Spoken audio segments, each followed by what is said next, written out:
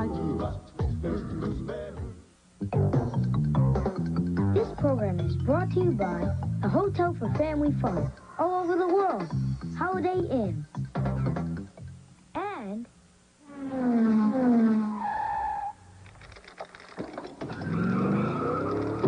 this program is brought to you by Toyota. Today's episode, Topkapi Turban Topper. Gumshoes. Carmen Sandiego's mob of militant malefactors has marauded again. This time they struck Istanbul, Turkey. Begun in the middle of the 15th century, Topkapi Palace was home to the ruling sultans of the Ottoman Empire for almost 4 centuries. Today, Topkapi houses one of Turkey's finest museums. Amongst the riches displayed there is the turban of Suleiman the Magnificent, the Ottoman warrior, lawmaker, and statesman, whose picture can be seen in the U.S. Capitol building. But now, Suleiman's topper has been taken. That flashy fleecer, Vic the Slick, always on the lookout for an expensive-looking fashion accessory, crept in and cribbed it. Your mission, Gumshoes, out-slick the Vic, recapture the turban of Suleiman, and then bring Carmen Sandiego to justice. They've ripped off the goods, now chase down those hoods. Carmen Sandiego. And one of these people could find her. April Sweetie. Nicholas Henriksen. Faye Williams. And this man is special agent in charge of training new recruits, Greg Lee. Oh, yeah. Oh, yeah. Ha, ha. Good to see you. Hi, guys. How are you? Good. Okay, you've heard about the case. We're going to start you off now with 50 Acme crime bucks anytime. You answer a question correctly, we'll give you 10 more crime bucks. And the 2 of you with the highest score at the end of this round will then proceed to the next round, okay? And as always, all of our answers have been verified by National Geographic World. National Geographic World. Thank you. Chief, let's go. Greg, Vic the Slick has stolen the jeweled turban, and there's no time to lose. Here's the profile on Vic.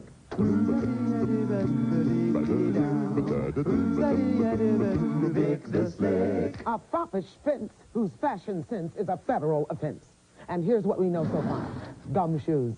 A tough day of crime busting makes my arthritis flare up. So I reach for this. Lake Havie's medicinal mud.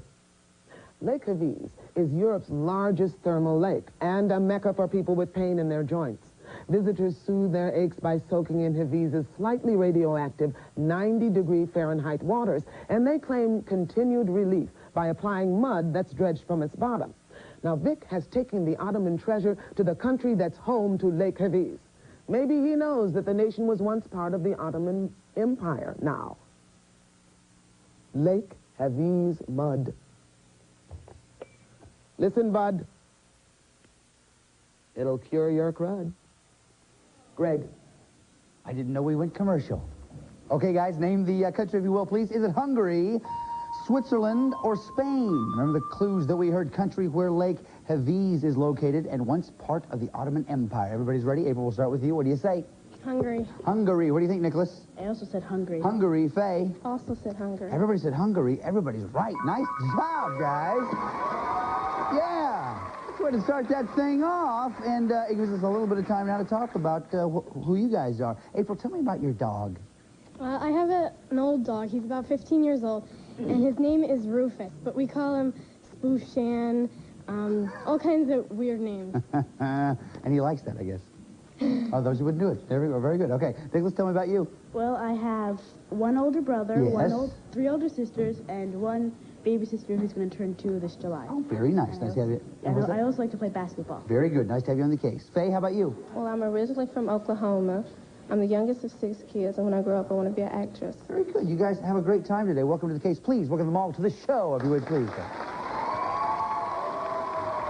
Okay, listen, you guys are off to a great start. April, you have 60 crime bucks. Nicholas has 60, and Faye has 60 crime bucks. That's the way to do it. Now, I'm not really sure where our next clue is coming from, but I would assume that, well, I assume that this here may have something to do with it. We have a bicycle here. This looks like a job for Acme TechNet. Let's bring in the boys. Hi, how are you? Hello. Hi, how are you? Nice to see you. While they work on this, let me tell you what we have. It looks like we have a bicycle here. We've got a sign that says Fuerza de Pedaleo, which means pedal power in Spanish. So obviously, we're looking for a city where they speak Spanish and ride a lot of bicycle. For instance, a certain Caribbean capital, possibly, where the government recently bought hundreds of thousands of bikes from China. So people would drive their cars less. Now, you'll also notice that we have this oil can here. Okay, now that same country used to get big oil shipments from the former Soviet Union, but they've been drastically reduced. Okay, so fellas, that's the bike, that's the sign, that's the oil can. The only thing that still has me puzzled then are these ropes here. I wonder what those are for.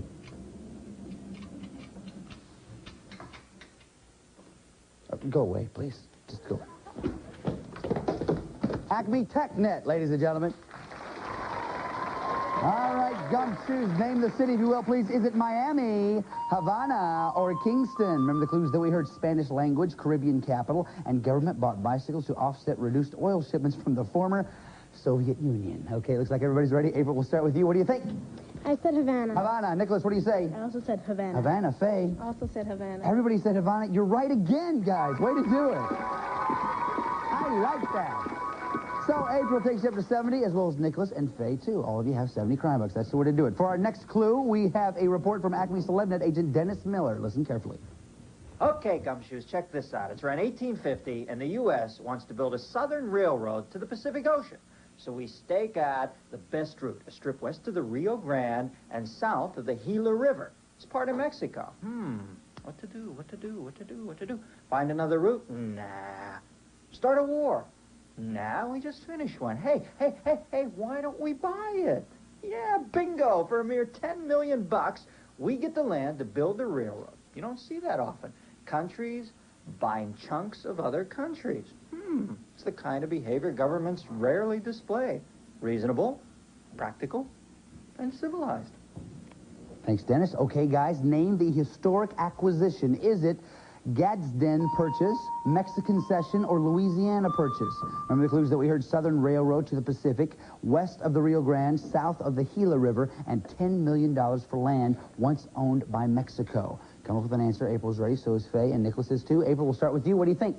I said Gadsden Purchase. Gadsden Purchase. What do you think, Nicholas? I said the Mexican Cession. Mexican Cession. Faye, how about I you? also said the Mexican Cession. Mexican Cession. The answer we're looking for is Gadsden Purchase. Nice job, April.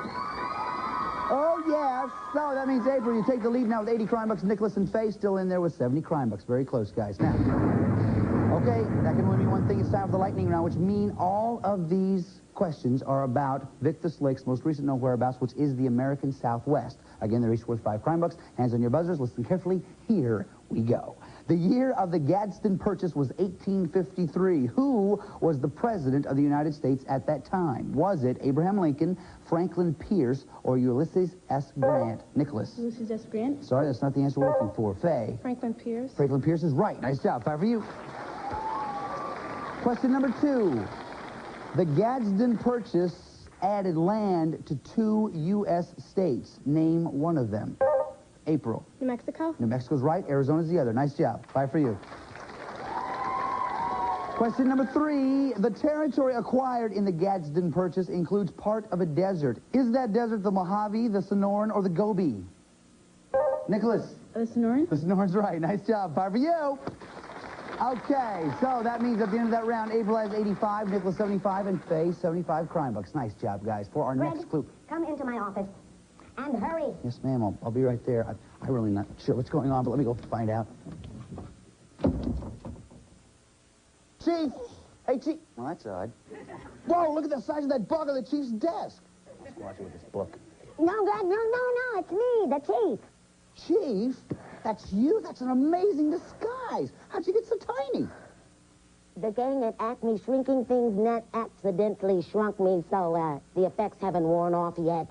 That's too bad, Chief. I guess you could say they made a tiny mistake. Greg. It was just a little joke, Chief. Come on. Look on the bright side. You'll never be late because you know all the shortcuts. Greg. Come on. You can always get work as a short order cook. Oh. That will be quite enough, Greg. Now, listen. You go back and tell the gumshoes. that the one who captures Carmen Sandiego will get an all-expenses-paid trip to anywhere in North America. Oh, that's good, Chief. A little wee bit of incentive. You're making me mad, Greg. Now, Chief, don't get short-tempered. I mean, you can always get into the movies for half price, and you'll be the last one to know that it's raining. Greg? Hi, Chief. Go away. Everything's okay. The Chief just had a little problem. Everything's all right. Okay, guys, remember, we're still looking for the jeweled turban and Vic the Slick. Fortunately for us, though, Acme Bugnet has just intercepted this phone conversation between Vic and Carmen Sandiego. Watch.